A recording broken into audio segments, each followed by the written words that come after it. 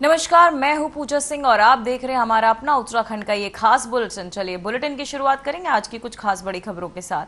उत्तराखंड के मुख्यमंत्री पुष्कर सिंह धामी सचिवालय स्थित वीरचंद्र सिंह गढ़वाली सभागार में हरिद्वार लोकसभा क्षेत्र के अंतर्गत आने वाली विधानसभाओं की विकास योजनाओं की समीक्षा बैठक कर रहे हैं। वहीं बैठक सुबह 11:30 बजे से शुरू हुई, जिसमें हरिद्वार लोकसभा के सभी विधायक उपस्थित रहे। वहीं मुख्यमंत्री इन क्षेत्रों में चल रहे विकास कार्यों की प्रगति और योजनाओं के क्रियान्वयन की समीक्षा भी कर रहे हैं।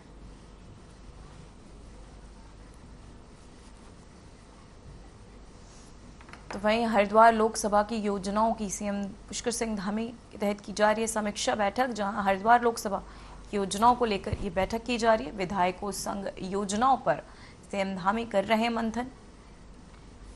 हरिद्वार में विकास पर फोकस को लेकर अब अहम बैठक रखी गई, जहां इस बैठक में लोकसभा की योजनाओं को लेकर कई चर्चाएं विधायकों संग की जा रही हैं।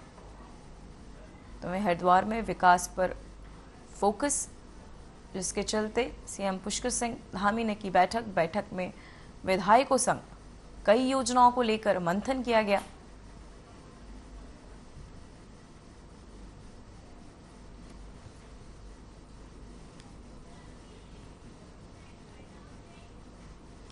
तो वही खबर देहरादून से, जहां मुख्यमंत्री ने आदर्श ग्राम सारकोट की 21 वर्षीय प्रियंका नेगी को ग्राम प्रधान चुने जाने पर फोन कर हार्दिक बधाई एवं शुभकामनाएं दी। उन्होंने कहा कि प्रियंका का इस पद पर निर्वाचित होना सशक्त और जीवंत लोकतंत्र का प्रतीक है। वहीं ये उपलब्धि मातृशक्ति की शक्ति और युवाओं के नेतृत्व की क्षमता को दर्शाती है। साथ ही मुख्यमंत्री ने विश्वास जताया कि प्रियंका नेगी के नेतृत्व में सारकोट गांव का विकास और प्रगति सुनिश्चित है। वहीं उन्होंने ये भी कहा कि आदर्श ग्राम सारकोट के विकास मॉडल को राज्य के अन्य गांवों में भी लागू किया जाएगा, ताकि संपूर्ण ग्रामीण क्षेत्रों में समान रूप से विकास हो सके।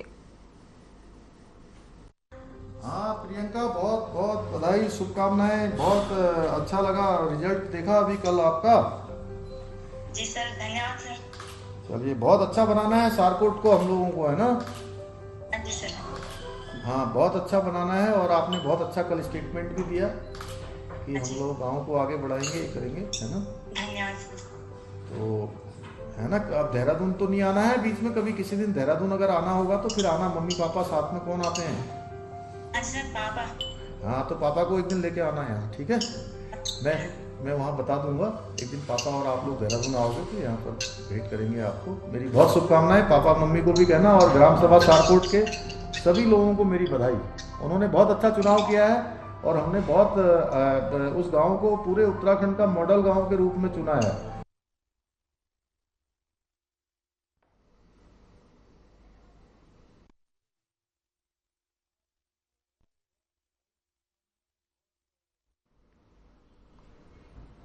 तो वहीं सीएम धामी ने प्रियंका नेगी को बधाई दी। साथ ही उन्हें फोन कर सीएम पुष्कर सिंह धामी ने बधाई दी है।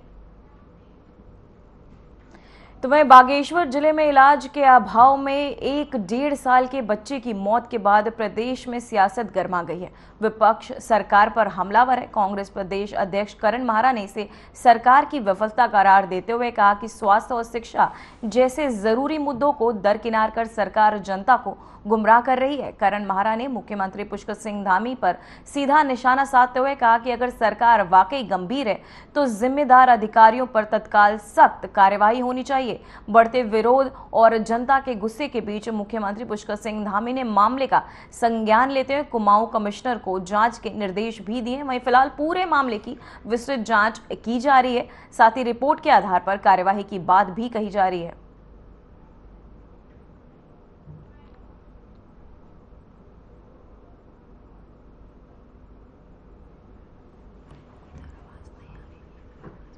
कश्मीर में शिक्षा में लगे हुए हैं, उनका 1.5 साल का बच्चा, उसकी माँ और दादी, वृद्ध दादी, उस बच्चे को लेकर पहले एक अस्पताल में गई, उसके बाद वहां से रेफर किया दूसरे में, वहां से रेफर तीसरे में, तीसरे से रेफर चौथे में, चौथे से पांचवें में। और जब कहीं से कोई सुविधा नहीं मिली तो दिनेश चंद जी ने जम्मू कश्मीर से ही डीएम से बात की और डीएम ने तत्काल प्रभाव से वहां एम्बुलेंस भेजी। लेकिन तब तक 5 अस्पतालों में जाने में समय इतना व्यतीत हो गया कि उस बच्चे की मृत्यु हो गई।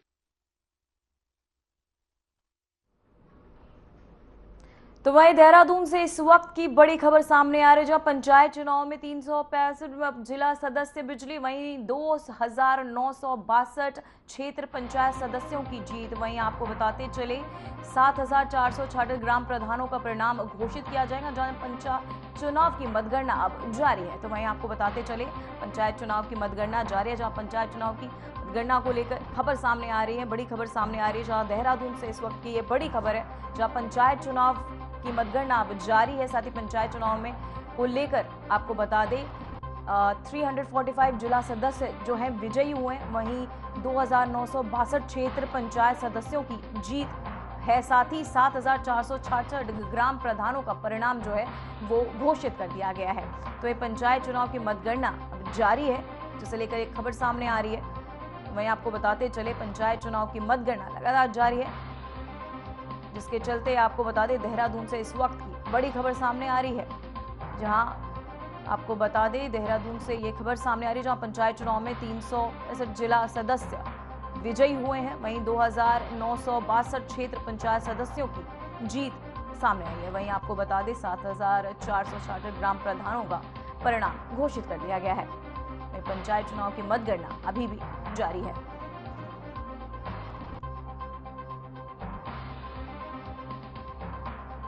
आपको बताते चले देहरादून से इस वक्त की बड़ी खबर जो है सामने आ रही है, जहां पंचायत चुनाव में 360 जो जीत सदस्य जो हैं विजयी हुए हैं, साथ ही 2962 क्षेत्र पंचायत सदस्यों की आपको बताते चले कि जीत हुई है। साथ ही 7466 ग्राम प्रधानों का परिणाम जो है वो घोषित कर दिया गया है। वहीं पंचायत चुनाव की मतगणना अभी भी जारी है।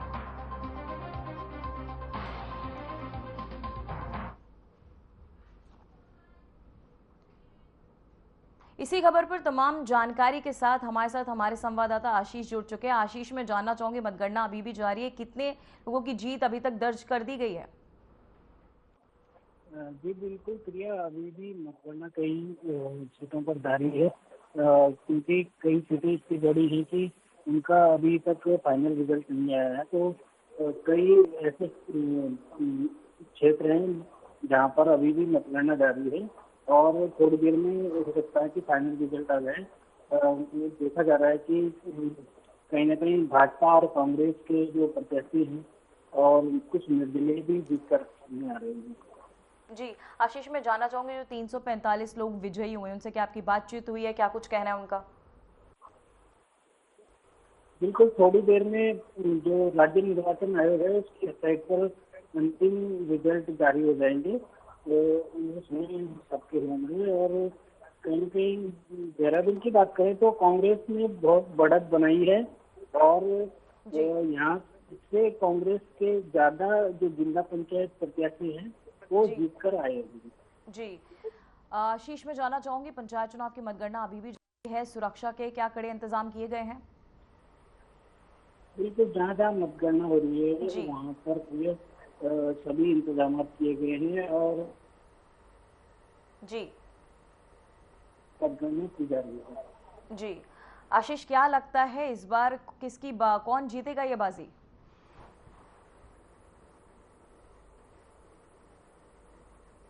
आशीष, आपको हमारी आवाज आ रही है? बहुत बहुत धन्यवाद आशीष आपकी तमाम जानकारी के लिए। तो वहीं उत्तरकाशी जिले के डूंडा और चिनार सौल ब्लॉक में इस बार पंचायत चुनाव में एक दिलचस्प संयोग सामने आया। यहाँ की एक ही परिवार की बुआ और भतीजी अलग अलग पदों पर जनप्रतिनिधि चुनी गई है। वहीं भानुप्रिया थपालिया वहीं चिन्याली सौल ब्लॉक के आपको बता दें तुलियाड़ा वार्ड से बीसीडी सदस्य बनी, वहीं जबकि उनकी भतीजी आंशिका आपको बता दें जगूड़ी ने धनारी क्षेत्र से जिला पंचायत सदस्य का चुनाव जीतकर सफलता हासिल की है। गांव के लोग इस अनोखे संयोग को विकास के लिहाज से शुभ मान रहे हैं और उम्मीद जता रहे हैं कि अब घर की सरकार गांव के लिए ज्यादा असरदार और जवाबदेह साबित होगी।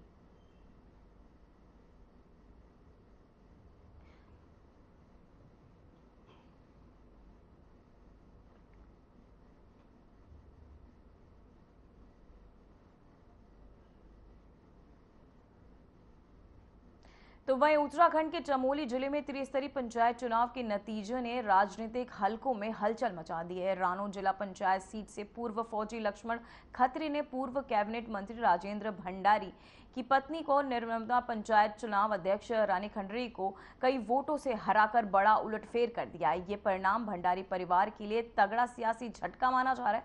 सबसे चौंकाने वाली बात यह रही कि बीजेपी के चमोली जिला अध्यक्ष गजपाल बर्तवाल की मैदान में पिछड़ गए और चौथे स्थान पर रहे। वहीं राजनीतिक विश्लेषण इस हार को रजनी भंडारी की व्यक्तिगत पकड़ के में कमजोर और हाल ही में बीजेपी में शामिल हुए राजेंद्र भंडारी के राजनीतिक भविष्य से जोड़कर देख रही है।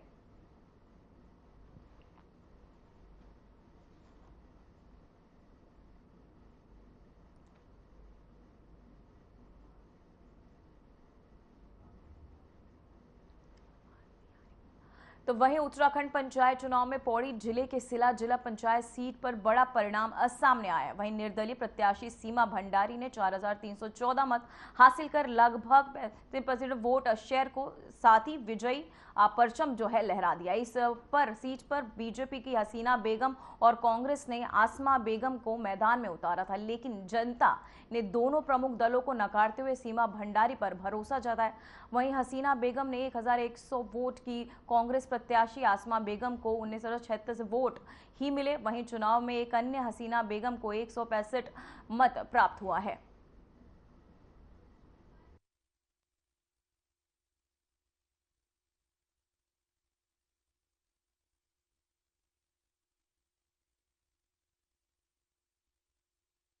बताते चले सीमा भंडारी को मिले 4314 वोट, जहां निर्दलीय की पौड़ी में ये बड़ी जीत देखी जा रही है, जहां निर्दलीय सीमा भंडारी ने बाजी मारी है, जहां उन्होंने आपको बताते चले 4314 वोट से उन्होंने जीत हासिल की है।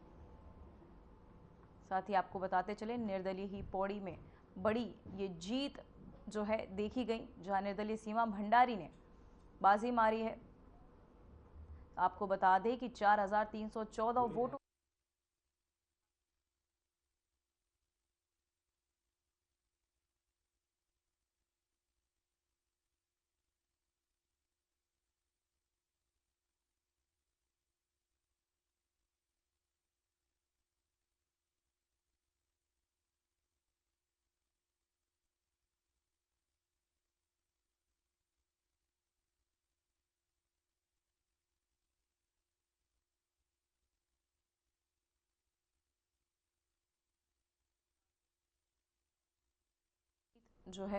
देखी जा रही है। निर्दलीय सीमा भंडारी ने मारी बाजी।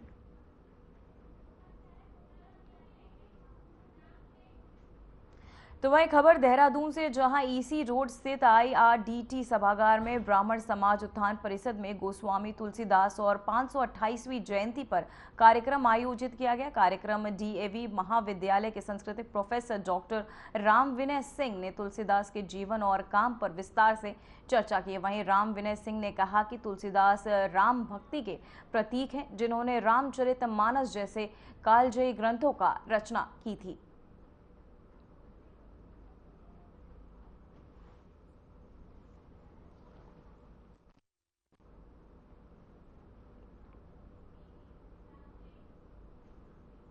तो वही खबर रामनगर से, जहां टाडा मूल में विजयी ग्राम प्रधान सोनिया के विजयी जुलूस के दौरान विवाद हो गया। हारे हुए प्रत्याशी के समर्थकों और जुलूस में शामिल लोगों के बीच जमकर पथराव और लाठीचार्ज भी हुआ। झड़प में कई लोग घायल हो गए हैं, जिन्हें इलाज के लिए अस्पताल में भर्ती कराया गया। पुलिस मामले की जांच कर रही है।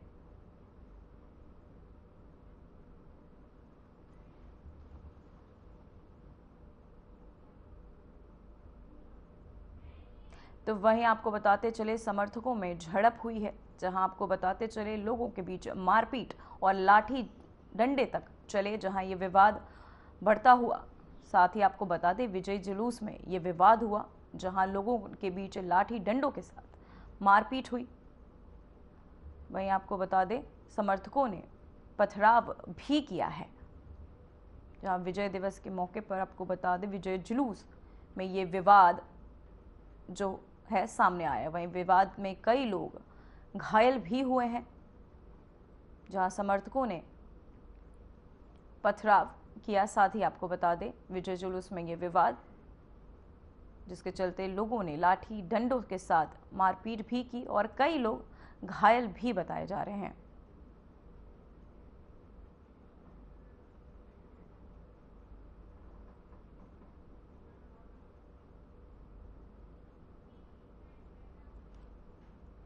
तो वही खबर देहरादून से, जहां पलटन बाजार में चोरी के आरोप में एक युवती को रंगे हाथ पकड़ लिया गया था, लेकिन गिरफ्तारी के दौरान युवती ने महिला दरोगा से हाथापाई करते हुए उसके बाल खींच लिए। इस घटना का वीडियो सोशल मीडिया पर वायरल हो रहा है। महिला ने वीडियो बनाकर आरोपों को बेबुनियाद बताया और कहा कि वो निर्दोष है।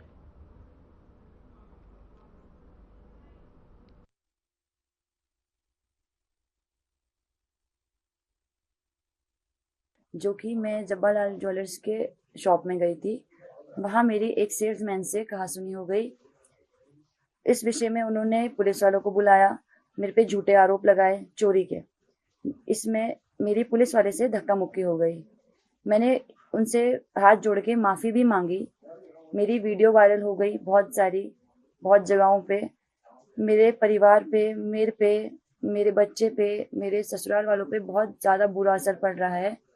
तो मैं आपसे विनती करती हूँ कि प्लीज़ ये जो आप वायरल कर रहे हो मेरी वीडियोस, इसको यहीं ख़त्म कर दीजिए। मैं निर्दोष साबित हो चुकी हूँ। बाकायदा पुलिस वाले मेरे को मेरे घर तक छोड़ने आए हैं। प्लीज़ ये वीडियो वायरल मत करो। तो वहीं उत्तराखंड में एक बार फिर मौसम विभाग ने 1 से 5 अगस्त तक भारी से भारी बारिश का अलर्ट जारी किया है। वहीं देहरादून, टिहरी, पौड़ी, नैनीताल, बागेश्वर, उत्तरकाशी, रुद्रप्रयाग, चंपावत और पिथौरागढ़ जैसे जिलों में मूसलाधार बारिश की संभावना जताई जा रही है। साथ ही बिजली गिरने, तेज गर्जना और आंधी तूफान की चेतावनी भी जारी की गई है। मौसम विभाग ने निचले क्षेत्रों में जलभराव व पहाड़ी इलाकों में भूस्खलन की आशंका जताते हुए लोगों से सतर्क रहने की और अनावश्यक यात्रा से बचने और प्रशासनिक दिशा निर्देशों का पालन करने की अपील भी की है। वहीं राज्य सरकार और आपदा प्रबंधन विभाग को भी आवश्यक सतर्कता बरतने के लिए निर्देश जो हैं वो दिए गए हैं।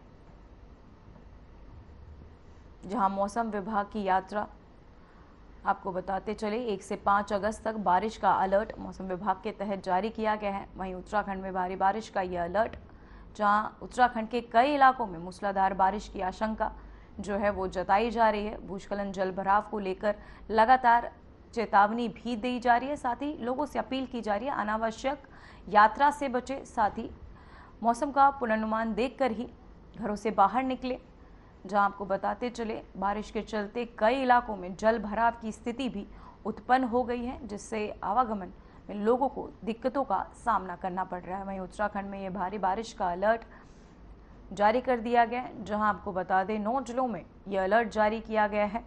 मौसम विभाग ने आपको बता दें यात्रा के दौरान अलर्ट देखकर ही लोगों को जाने की सलाह दी है। साथ ही अनावश्यक यात्रा से बचने की अपील लगातार की जा रही है।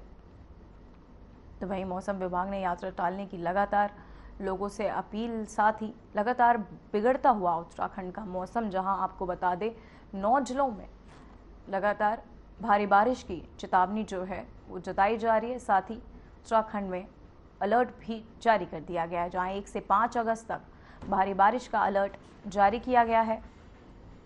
उत्तराखंड में भारी बारिश का अलर्ट जारी।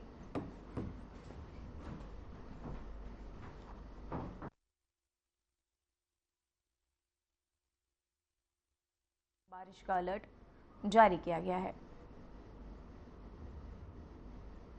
जहां लगातार हो रही बारिश से लोगों को आवाजाही में दिक्कतों का भी सामना करना पड़ रहा है। कहीं कहीं भूस्खलन जैसी स्थिति भी उत्पन्न हो रही है, जहां कई मार्ग अवरुद्ध हो गए हैं। बारिश के चलते कई इलाकों में पानी भर आया है।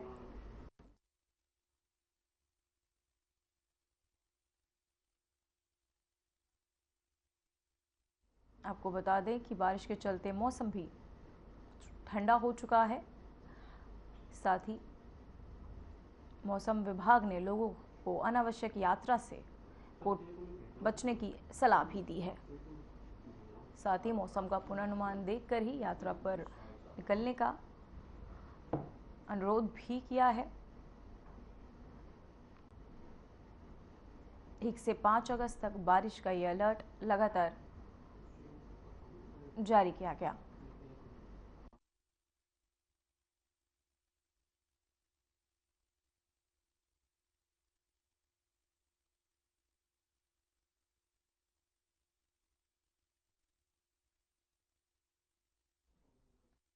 बताते चले उत्तराखंड के 9 जिलों में भारी बारिश का अलर्ट जारी किया गया है, जहां 1 से 5 अगस्त तक ये बारिश का अलर्ट जारी किया गया है।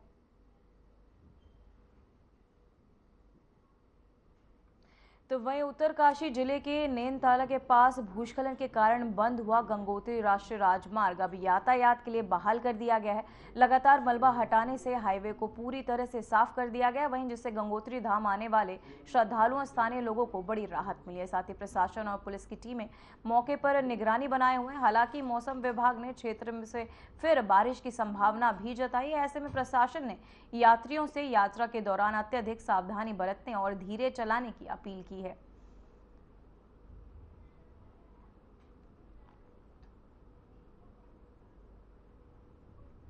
तो वहीं गंगोत्री हाईवे फिर से सुचारू, जहां लोगों से आपको बताते चले वाहन को धीरे चलाने की अपील भी लगातार की जा रही है। जहां मार्ग खुलने से श्रद्धालुओं को राहत भी मिली है। तो वहीं आपको बता दें गंगोत्री हाईवे फिर से सुचारू कर दिया गया है।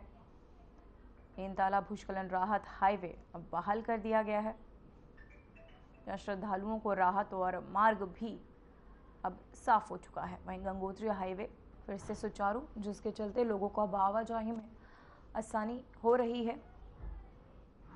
जहां नैनताला भूस्खलन में अब राहत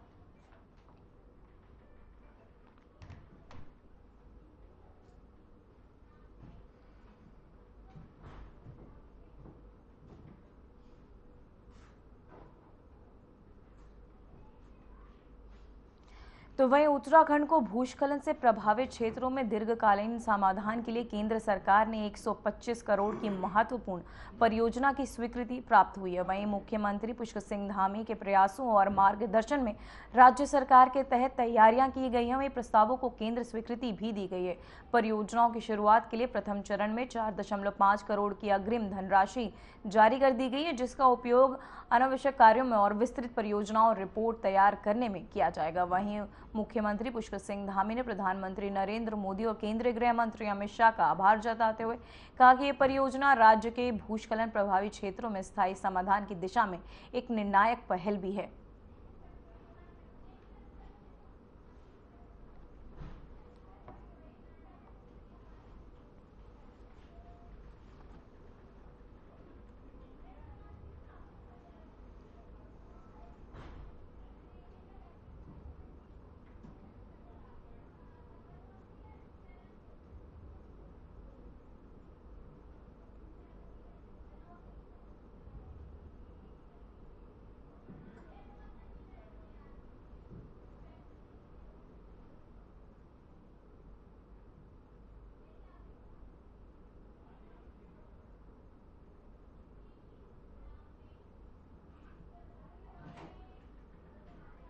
तो वहीं टनकपुर बागेश्वर रेल लाइन परियोजना को धरातल पर लाने की दिशा में एक बड़ा कदम सामने आया, जहां केंद्र सरकार ने इस बहुप्रतीक्षित परियोजना पर आपको बता दें कार्य जो है आरंभ करने से पहले उत्तराखंड सरकार से औपचारिक सहमति पत्र मांगा है।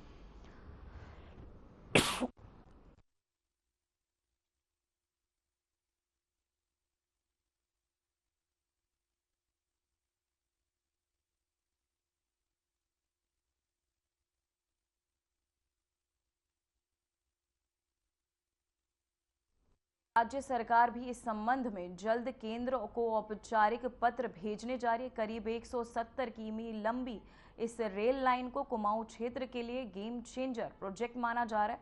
फाइनल सर्वे का कार्य पूरा हो चुका है और अब निर्माण के पहले चरण की तैयारी की जा रही है। मुख्यमंत्री पुष्कर सिंह धामी ने मुख्य सचिव को आवश्यक औपचारिकताएं शीघ्र पूरी करने के निर्देश भी दिए। इसके अलावा कर्णप्रयाग रेल परियोजनाओं पर भी युद्ध स्तर पर कार्य चल रहा है और ये 2026 तक पूरी होने की संभावना है। साथ ही केंद्र सरकार के तहत ऋषिकेश, उत्तरकाशी, देहरादून, सहारनपुर रेलवे लाइनों की डीपीआर भी तैयार की जा रही है। वहीं देहरादून सहारनपुर रेल लाइन में 11 किमी लंबी सुरंग प्रभावित है, जो शांकुभरी देवी मंदिर मार्ग से होकर गुजरेगी।